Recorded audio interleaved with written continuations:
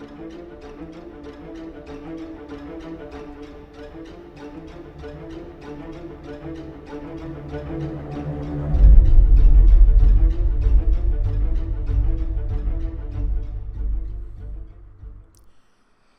everyone, this is Jairus.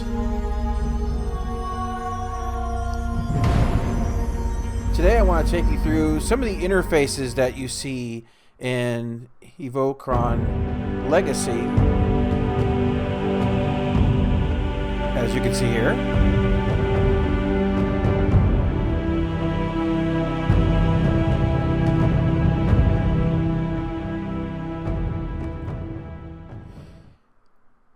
And mostly I want to go ahead and show the quality of these interfaces and how they can actually be applied in the Star Citizen universe. So this is going to kind of be a hopefully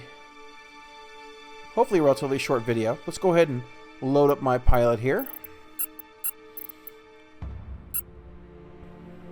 Can I go from there?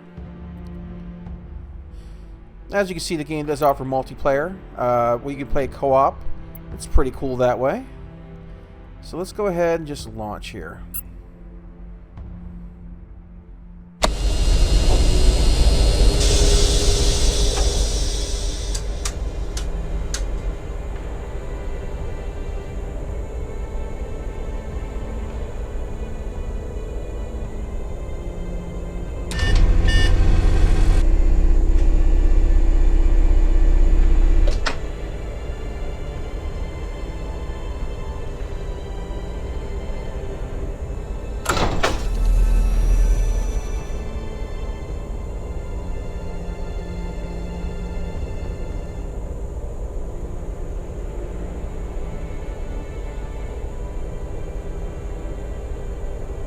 I really like the power-up sequence here.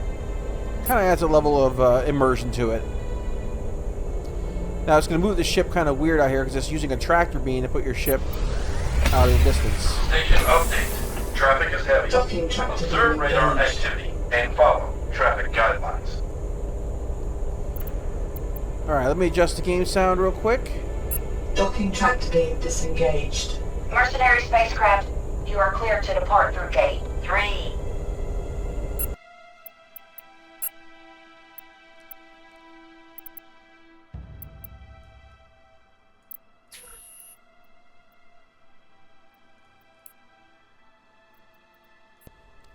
Alright, now one of the things you're going to see here is that why this looks like an IM interface when I move my mouse. This is just for selecting things.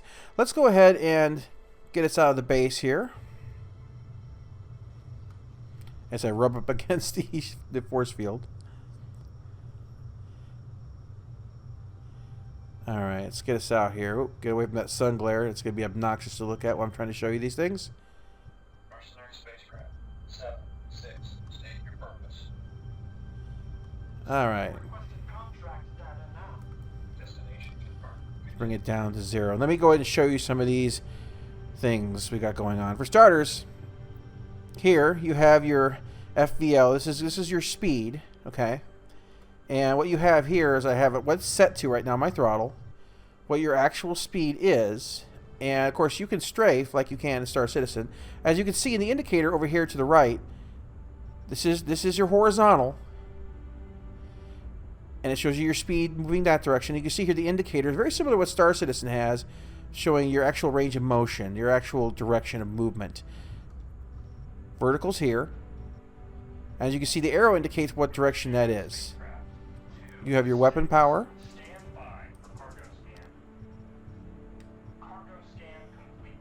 Alright. And you have down here what's referred to as your IDS. Now right now it's set to maximum. We drop it down to 1.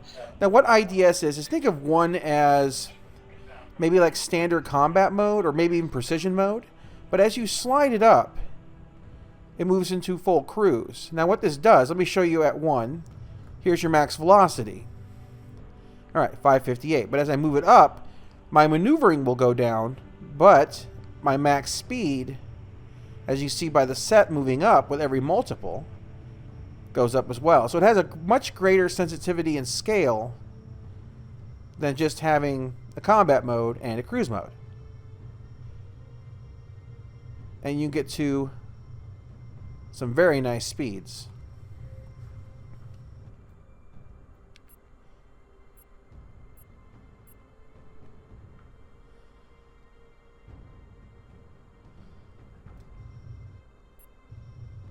There we go. So let's go ahead and just back her back down. There we go. As you can see here, you have a fuel indicator. Now, this, of course, is, I think, a very nice thing I think Star Citizen needs. This game, when it comes to combat and things like that, you're going to want to go ahead and conserve your fuel. Because, obviously, you can see it's ticking down pretty quick, especially when I'm, like, here stopping, because it's pushing a lot of, using a lot of engine thrust and to stop the arresting motion of the ship. So when you're flying, a lot of times you're going to want to go ahead and change your modes to basically what we call in Star Citizen decoupled. Now let's go look at the radar here. Obviously I can choose, when I'm hitting the enter button on the number pad, I can change exactly the range I'm looking at, 10K, 8K, 6K, 4K.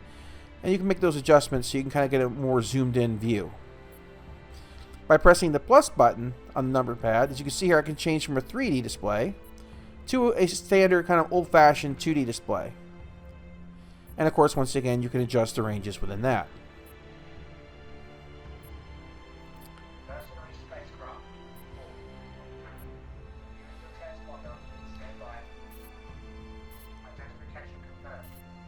Alright. And of course, there's an interesting third-person view. And it kind of keeps all your relevant information there. So let's go back into the cockpit. Now these indicators up here, these is kind of based on a galactic plane, like a galactic north and a galactic south. That kind of gives you a heading, as you can see by right here, the compass. Now these things up here, if you look at the left and the right side of the compass, this will show you your motion. See how I accelerate throttle? The left side ship moves up. And as I turn, the one on the right shows your thrusters, like if I do strafing. And you can see inputs on little bars. See when I start the strafing? It shows what the thrusters are doing. As I try to stop motion, those thrusters are showing they're firing. So they're trying to arrest that motion. Same kind of thing here. It shows you your how much to all the way to full. If you look at the left side here. Okay. Now this is more than just for pretty appearance. These are actually clickable things. So you can go ahead and select your targets. Bring up your navigation. And man, this is a nice navigation. You can manually type in coordinates on an X, Y, and Z axis. Set autopilot. Look for stations, planets, asteroids. This zooms out to other sectors.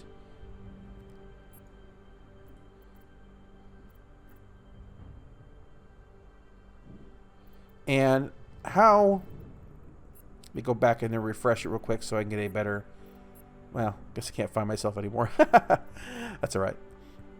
Okay, so how you would plot a coordinate is you would say click on the X and Y axis. Let's say I want to go here. And then what you would do is you would change it to what's called rear view. It flips the map. So I've already set my X and Y. And now I can go ahead and set my... Let's say I want to go ahead and set how up or down, so to speak, I want to go. So you can use a three-dimensional kind of location. It gives you your X and Y. Tells you your current position relative to. And so yeah, very nice. Very smooth. Obviously, you can see the inventory of your ship. Obviously, nothing to trade with at the moment. Alright, set your autopilot here. Check your inventory, trade. Fleet options. If you have wingmen flying with you, you can tell them what to do.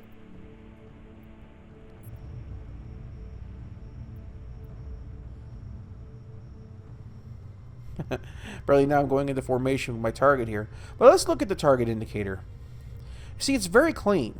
What you have here, you have a display of all the shields, the hull, the vehicle you have here, its speed, and its range, and of course the name and whatnot. So you get a lot of good information on one screen. It's clean. It's easy to read. And I would love to see something this clean put in the Star Citizen. Absolutely. There we go. Looks like I'm going to be... Oh, he's gone. Well, that was fun while it lasted. So yeah, absolutely just an impressive interface all around. And I really, really, really like this. And what I'm going to do is I'm going to go ahead and do some videos here in the future. Maybe as I come across some combat to show you how the combat works. Of course, I'm playing a campaign here, so I just can't make combat happen. It's going to take some playtime to actually bump into that and record it for you. I do also want to point out here that you can actually set your power levels on shields and weapons. You can adjust the power, like you can make this like +5, and this will be like -5. And it's just, this is just a clean interface. I just wanted to show you this real quick because I thought that you might actually kind of like to see a game that's using similar systems to what Star Citizen is trying to do, and how you can do an interface that's just very, very nice, very, very clean.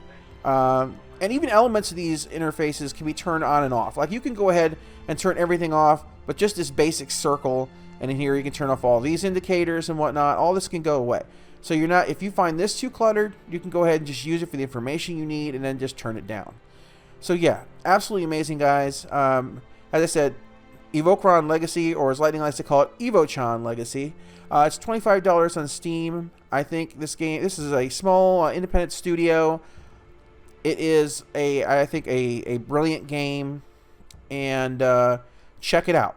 I'm going to be doing some more playthroughs and kind of go from there. Anyway, guys, thanks for watching. I'll catch you next time.